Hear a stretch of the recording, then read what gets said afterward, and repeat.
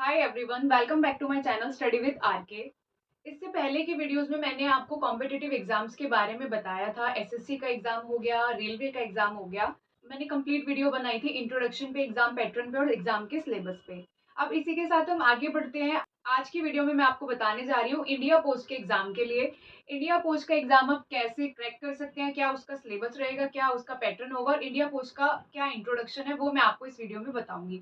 Video अगर आपको अच्छी लगे तो प्लीज मेरे चैनल को लाइक, सब्सक्राइब और शेयर जरूर करें। इसी के साथ हम आगे बढ़ते हैं। सबसे पहले मैं आपको बताऊंगी कि इंडिया पोस्ट का एग्जाम है क्या, कौन कौन सी पोजीशन के लिए एग्जाम होता है, इसका पैटर्न क्या है और इसका इंट्रोडक्शन क्या है। तो सबसे पहले हम थोड़ा सा इस एग्जाम का इंट्रोडक्शन देख लेते हैं। अगर हम बात करें इंडिया पोस्ट के एग्जाम के इंट्रोडक्शन की, तो इंडिया पोस्ट का जो एग्जाम होता है, India post conduct recruitment for various positions like, India post exam conduct कराता है, रिक्रूट करता है वेरियस पोजीशंस के लिए। काफी सारी पोजीशंस है जिसके लिए आप इंडिया पोस्ट का एग्जाम दे सकते हैं, जिसमें आपका सबसे पहला आ जाता है ग्रामीण डाक सेवक, जीडीएस। आप जीडीएस के लिए अप्लाई कर सकते हैं, ग्रामीण डाक सेवक के लिए। दूसरा आपका आ जाता है कि आप पोस्टमैन के लिए अप्लाई कर सकते हैं। तीसरा आ जाता है आप गार्ड के लिए अप्लाई कर सकते हैं। एंड फोर्थ होता है आपका मल्टीटास्किंग स्टाफ के लिए आप अप्लाई कर सकते हैं, जिसको हम एमटीएस का एग्जाम बोलते हैं। इसमें क्या है कि आप इंडिया पोस्ट के लिए एग्जाम आफ्टर 12th भी दे सकते हैं और आफ्टर ग्रेजुएशन भी आप दे सकते हैं। अब इसका हमें क्या बेनिफिट रहता है, क्या फायदा रहता है? फायदा ये रहता है कि ये जॉब आपको ऑफर करती है जॉब सिक्योरिटी, प्लस आपकी जो करियर होती है उसमें आपको ग्रोथ मिलती है, प्लस आपको सैलरी फिक्स और गुड सैलरी आपको मिल जाती है। तो इंडिया पोस्ट के इन तीन एग्जाम्स को देकर आप अपनी गवर्नमेंट जॉब जो है वो ले सकते हैं। प्लस चाहे आप 12th पास हो, चाहे आप ग्रेजुएट हो, आप दोनों बेसिस पर इन एग्जाम्स को दे सकते हैं। इंडिया पोस्ट 12th के बाद भी काफी सारी रिक्रूटमेंट करता है एंड आफ्टर ग्रेजुएशन भी काफी पोस्ट के लिए रिक्रूटमेंट करता है। तो चलिए अब हम इसी के साथ आगे बढ़ते हैं, देख लेते हैं कि इंडिया पोस्ट के एग्जाम का क्या सिलेबस रहता है और क्या पैटर्न रहता है। चलिए अब हम इस एग्जाम के पैटर्न को समझते हैं। सबसे पहले कि इस एग्जाम का पैटर्न क्या रहेगा। सबसे सिंपल ये एग्जाम होता है। आपको इस एग्जाम में ये बेनिफिट मिलता है कि इसमें कोई भी नेगेटिव मार्किंग नहीं होती है। तो अगर हम देखें इस एग्जाम का पैटर्न, इसका जो मोड रहता है सीबीटी है। सीबीटी मतलब वही आपका कंप्यूटर बेस्ड ये टेस्ट होगा, पूरा आपका एग्जाम कंप्यूटर पर होगा। सेकंड होता है इसका ड्यूरेशन जो होता है 90 मिनट्स का आपका ये एग्जाम होता है। 90 मिनट्स में आपको एग्जाम कंप्लीट करना होता है।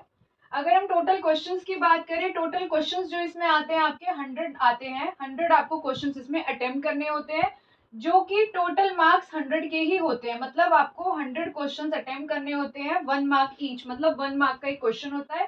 टोटल 100 मार्क्स का आपका ये पेपर होता है। अगर हम बात करें नेगेटिव मार्किंग की, तो यहाँ पे नहीं है कोई भी negative marking, no negative marking. मतलब इस एग्जाम में कोई भी नेगेटिव मार्किंग नहीं होती है। अब अगर हम एक बार देख लेते हैं कि इस एग्जाम का सेक्शन को, मतलब इस एग्जाम को कैसे सेक्शंस में ब्रेक डाउन किया हुआ है सेक्शन वाइज, अगर हम इसको देखते हैं तो इसको 4 सेक्शन में डिवाइड किया हुआ है। फर्स्ट है आपका मैथमेटिक्स, मैथ्स के, जिसमें आपको 25 क्वेश्चन आते हैं जो कि 25 मार्क्स के होते हैं। अगर हम सेकंड बात करें जीके, जनरल नॉलेज के क्वेश्चन आते हैं 25 और 25 मार्क्स के होते हैं। अगर हम थर्ड बात करें रीजनिंग की, तो रीजनिंग के 25 क्वेश्चन होते हैं, वो भी 25 मार्क्स के होते हैं। इंग्लिश की अगर हम बात करें तो इंग्लिश के भी 25 क्वेश्चन आते हैं और टोटल 25 मार्क्स के होते हैं। तो ये 4 सेक्शन में आपका ये पेपर डिवाइड है।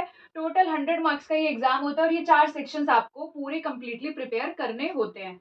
अब इसी के साथ हम इन 4 सेक्शंस का और इस एग्जाम का एक बार सिलेबस भी देख लेते हैं। इस एग्जाम के सिलेबस की बात करें, सिलेबस में आपको प्रिपेयर करना पड़ता है। सिलेबस डिटेल्स की अगर हम बात करें तो मैथमेटिक्स में, मैथ्स में आपको number system, percentage, profit and loss, time and distance etcetera, इन सारी चीजों को पूरी तरीके से प्रिपेयर करना पड़ता है। अब अगर हम बात करें जीके की, जनरल नॉलेज की, तो जनरल नॉलेज में आपको प्रिपेयर करना पड़ता है इंडियन हिस्ट्री को, कंप्लीट आपको इंडियन हिस्ट्री पता होनी चाहिए।